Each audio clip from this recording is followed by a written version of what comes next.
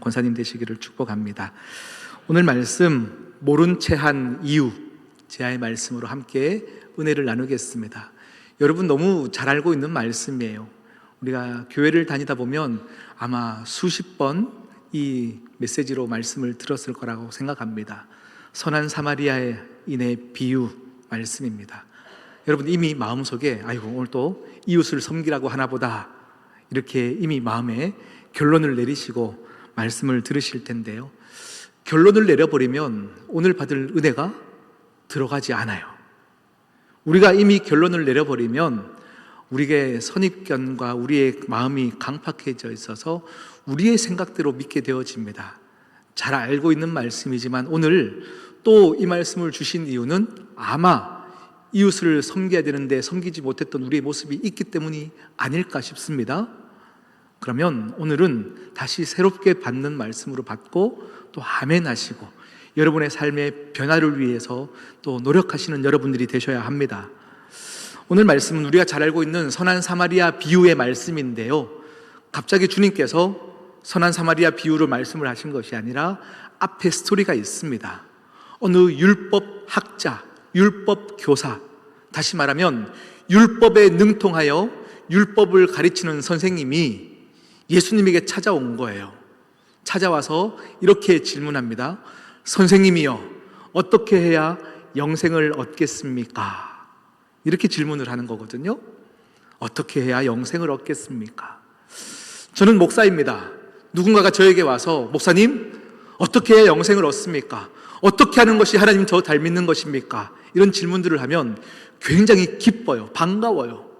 누군가가 정말 하나님 더 잘 섬기려고 고민하고 또 그 고민을 가지고 목사들과 함께 나누고 이런 것들이 너무 반갑고 고마울 수밖에 없습니다. 그런데 오늘 주님 앞에 온 이 율법 교사가 어떻게 해야 영생을 얻습니까?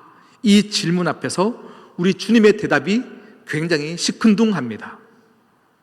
주님께서 뭐라고 말씀하시냐면 율법에 뭐라고 나와 있더냐? 이렇게 반문하시는 거예요. 질문에 대한 답을 주시는 것이 아니라 율법에는 뭐라고 나와 있더냐? 이렇게 물으시는 겁니다. 이 질문 앞에서 또 이 율법 교사는 이렇게 대답합니다. 내 마음을 다하고 내 목숨을 다하고 내 뜻을 다하여 주 너의 하나님을 사랑하라, 그리고 이웃을 내 몸과 같이 사랑하라 말씀하셨나이다. 이렇게 명쾌한 답을 주었습니다.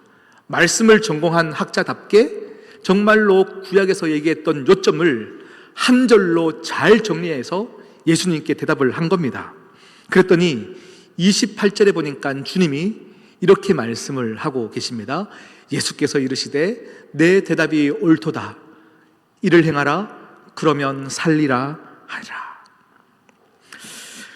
주님께서 명쾌하게 대답한 이 율법 교사에게 너의 정답은 정답이다. 맞다. 근데 그 다음 뭐라고 말씀하시면 네가 이대로 살고 있냐? 이것을 묻고 계시는 거예요.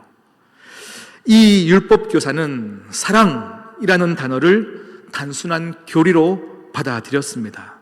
그의 인생 가운데 삶의 실천도 없었고 삶의 신앙 고백도 아니었었고 그냥 아는 것을 대답했습니다. 아는 것을 대답함으로써 내가 신앙생활을 잘하고 있음을 증명하려고 했고 내가 옳다라는 것을 증명하려고 했습니다. 여러분 교회를 오래 다니면 여러분도 이미 귀에 딱지가 않도록 들었을 거예요. 서로 사랑하라, 사랑하라, 또 사랑하라, 원수까지도 사랑하라. 우리는 다 알고 있습니다. 그러니 설교를 하면 여러분도 아이고 목사님 또 사랑하라라고 말씀하시겠지 싶은 거예요. 이미 우리가 정답을 다 알고 있고 오늘 율법 교사처럼 정답을 얘기하니까 우리도 사랑하고 있는 줄 착각하고 살아가는 겁니다. 내가 아카데믹하게 이야기하고 지적으로 대답하면 복음을 알고 복음대로 살고 있는 줄 착각하는 것이 우리 인생입니다. 그 인생을 향하여 주님이 뭐라고 말씀하시냐면 네 대답이 옳다? 그런데 넌 그렇게 살고 있냐? 이것을 묻고 계시는 거예요. 여러분 아마 율법 교사는 휘청했을 거예요. 너무 이렇게 내 마음을 망치로 때리는 것처럼 휘청했을 것입니다. 그런데 다시금 율법교사가 정신을 번쩍 차리고 예수님께 질문을 합니다. 뭐라고 질문하냐? 그러면 주님, 내가 이웃을 잘 섬겨야 되는데 내 이웃은 누구입니까? 이렇게 질문을 해요. 이 말의 뜻은, 의도는 무엇이냐면 주님이 누군가가 이웃이라고 설명해 주시면 내가 섬기겠습니다, 아멘으로 내가 정말로 말씀대로 살기로 노력하겠습니다의 의도가 아니에요. 유대인들 안에는 이미 고정관념이 있고 그들이 쌓아놓은 벽 안에서 이웃을 정해버렸습니다. 그들의 인생에는 하나님이 택한 선민 사상이 있었기 때문에 같은 동족인 유대인이 아니고서는 아무도 내 이웃이 아니라고 생각하고 살았던 사람입니다. 주님, 누가 내 이웃입니까? 라는 질문 앞에서 그들은 주님이 말씀하면 내가 그대로 따르겠습니다의 대답이 아니라 주님을 공경에 빠뜨리기 위한 의도로 다시금 질문을 하는 거예요. 그들에게는 가난한 이웃은 이웃이 아니었습니다. 병자들도 이웃이 아니었습니다. 몸이 불편한 장애인들도 그들에게는 이웃이 아니었습니다. 왜냐하면 그들의 생각 속에는 그들이 이렇게 아픈 것은 그들이 병이 있기 때문에, 그들이 죄가 있기 때문에, 그들의 부모가 죄를 지었기 때문에 그랬을 것이고 하나님이 버려서 그런 것이라고 생각했기 때문에 그들 생각에 이 아픈 사람은 나와 이웃이 될 수 없어 라는 생각 안에 살았습니다. 그러니 누가 내 이웃입니까? 라는 질문은 그들은 진심으로 드려지는 질문이 아닙니다. 이제 제가 여러분에게 질문하겠습니다. 여러분의 이웃은 누구입니까? 여러분의 이웃은 누구입니까? 여러분, 진짜 솔직하게 한번 여러분 마음을 한번 돌아보십시오. 어느 정도 나와 신앙적인 수준이 맞아서 제 대화가 잘 통하는 사람, 나와 수준이 맞아서 어느 정도 사는 어떤 경제적인 상황도 비슷한 사람, 이 사람들은 여러분이 이웃이었을 것입니다. 어떤 인격적인 수준이 맞는 사람, 여러분의 이웃일 것입니다. 그런데 막상 어려운 사람은 여러분이 이웃으로 생각하는 것이 아니라 구제의 대상으로만 생각한 건 아닙니까? 그냥 한번 돕고 그들이 그냥 잘 살만 하면 그것으로 되어지는, 내가 사랑을 줘야 되는 사람, 내 곁에 두어야 될 사람까지 생각하지 않고 살지는 않았습니까? 그런 우리의 마음 가운데 주님이 오늘 우리에게 말씀하시는 거예요. 누가 너희의 이웃이냐?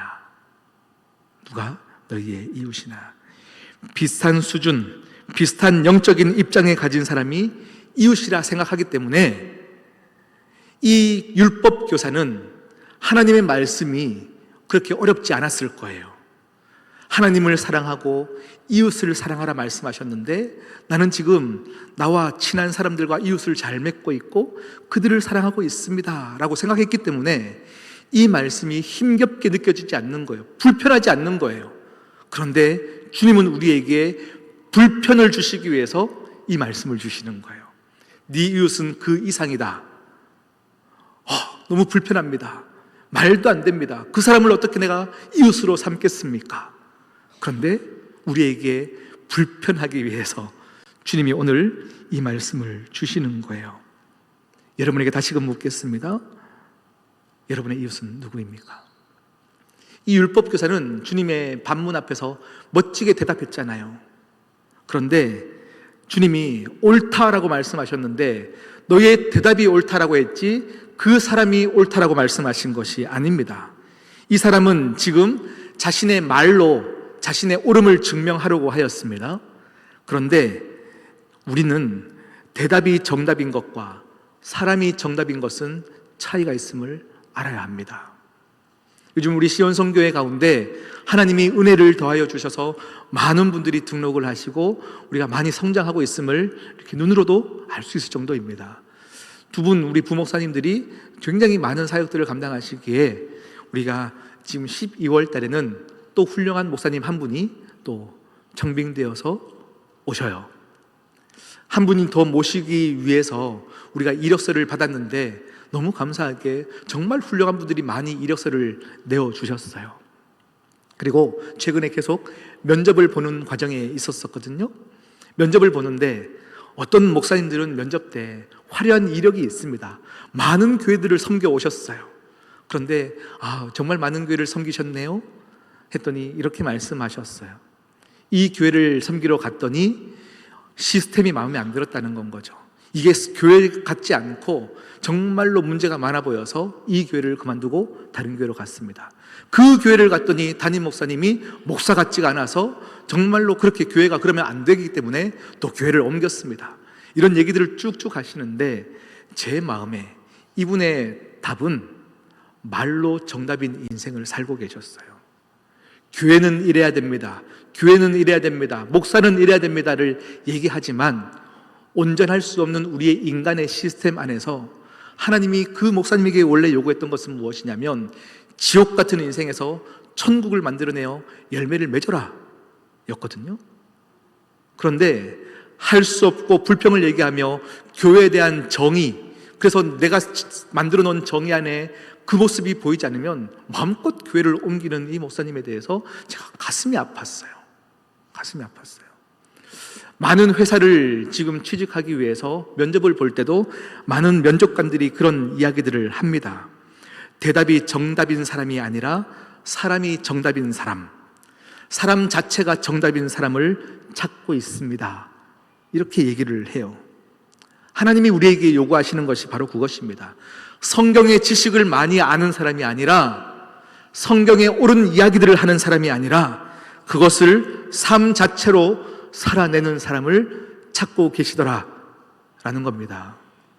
여러분, 예수님의 이 물음 앞에서 마음을 다하고 뜻을 다하고 힘을 다하여서 하나님을 사랑하는 것이요 이웃을 사랑하는 것입니다, 그렇게 말하면서 내가 이웃을 정해버렸어요. 나와 마음 맞는 사람끼리 이웃 되니 얼마나 쉬워요. 이 사람하고 사랑하면 되거든요. 그런데 이 사람이 마음에 안 들면 너는 내 이웃이 아니다 라고 해버리면 말씀대로 사는 것처럼 보이거든요. 그런 우리에게 주님이 말씀하고 계십니다. 여러분, 오늘 말씀은 또 사랑하라입니다. 그런데 사랑해 보려니 어디 쉽습니까? 여러분의 삶의 자리에 갔더니 그게 쉽습니까? 쉽지 않아요. 제가 그것을 인생을 언제 깨달았냐면 최근에 제가 운동을 하면서 깨달았어요.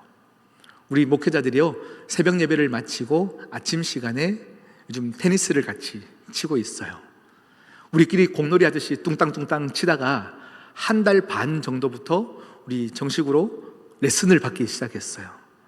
그러니 아직 초보 수준이죠. 테린이라고 부르더라고요. 테니스 어린이.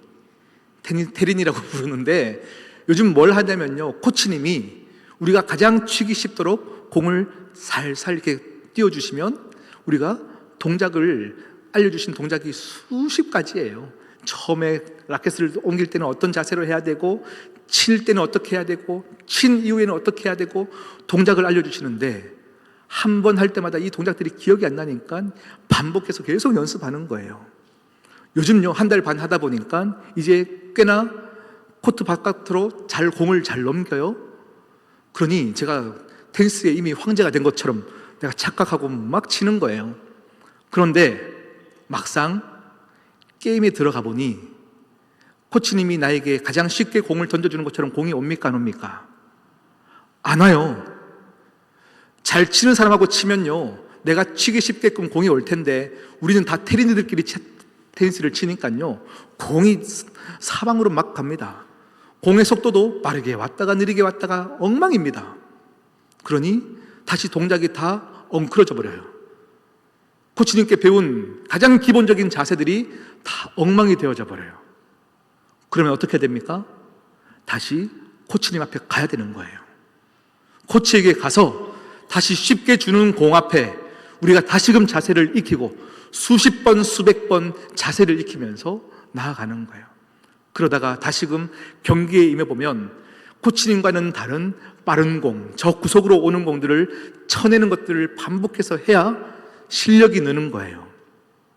우리가 말씀을 통해서 사랑하라라는 것이, 이거는 여러분의 인생의 말씀 앞에 가장 기본된 메시지입니다.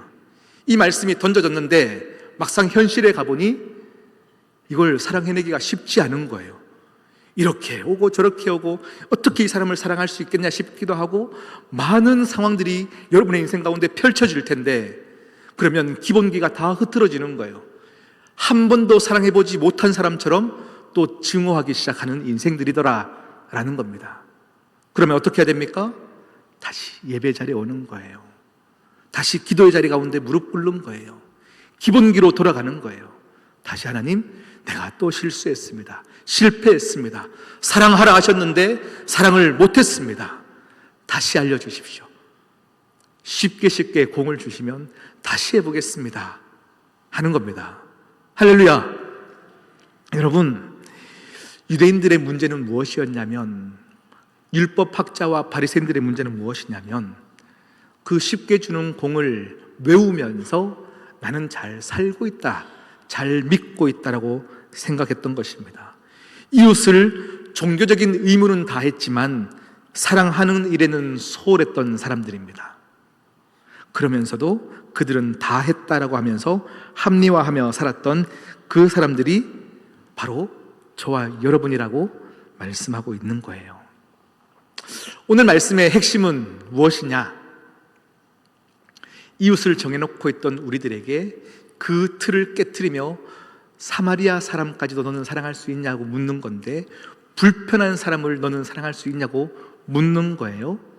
그런데 오늘 이 사마리아 비유를 통해서 주님의 마지막 이 본문에 보니까요, 주님이 뭐라고 말씀하시냐면 우리에게 이렇게 말씀하세요. 너는 강도 만난 사람의 이웃이냐라고 묻지 않아요. 뭐라고 말씀하시냐면 강도 만난 사람은 너를 이웃으로 생각하냐라고 물으시는 거예요.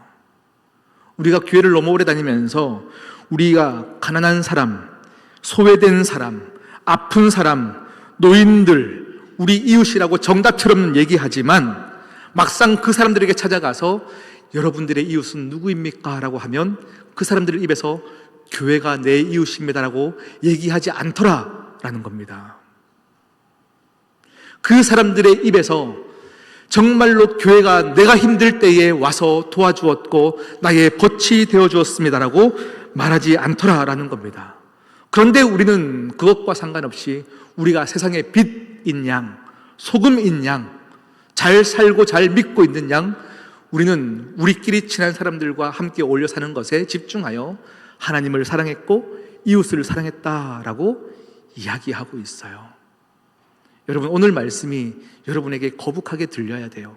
아프게 들려야 돼요. 오늘 여러분의 이웃은 우리가 미처 생각하지 못했던 사마리아 사람, 여러분 주위에 헐벗고 굶주려 있는 사람, 그 사람에게 이웃 되어 주십시오의 차원을 뛰어넘어 그 사람들이 여러분을 친구로 인정하도록 섬겨라 말씀하는 것입니다. 할렐루야. 여러분, 이것이 지금 한국 교회의 현실이기에 우리는 아프게 받아들이고 또 회개하며 그들의 인생 가운데 함께 하나님의 눈물로 중보하며 그들의 인생 가운데 동참하는 저와 여러분 되시기를 축복합니다. 우리 기도할까요?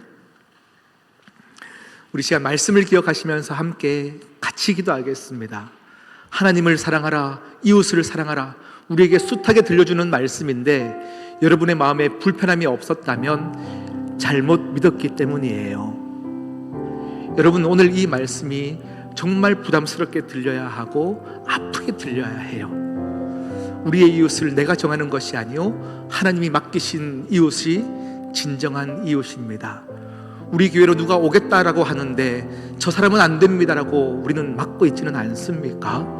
우리 이 시간 하나님, 우리에게 맡기신 영혼을 이웃으로 사랑할 대상으로 찾게 하시고 구하게 하여 주시옵소서. 기도하겠습니다.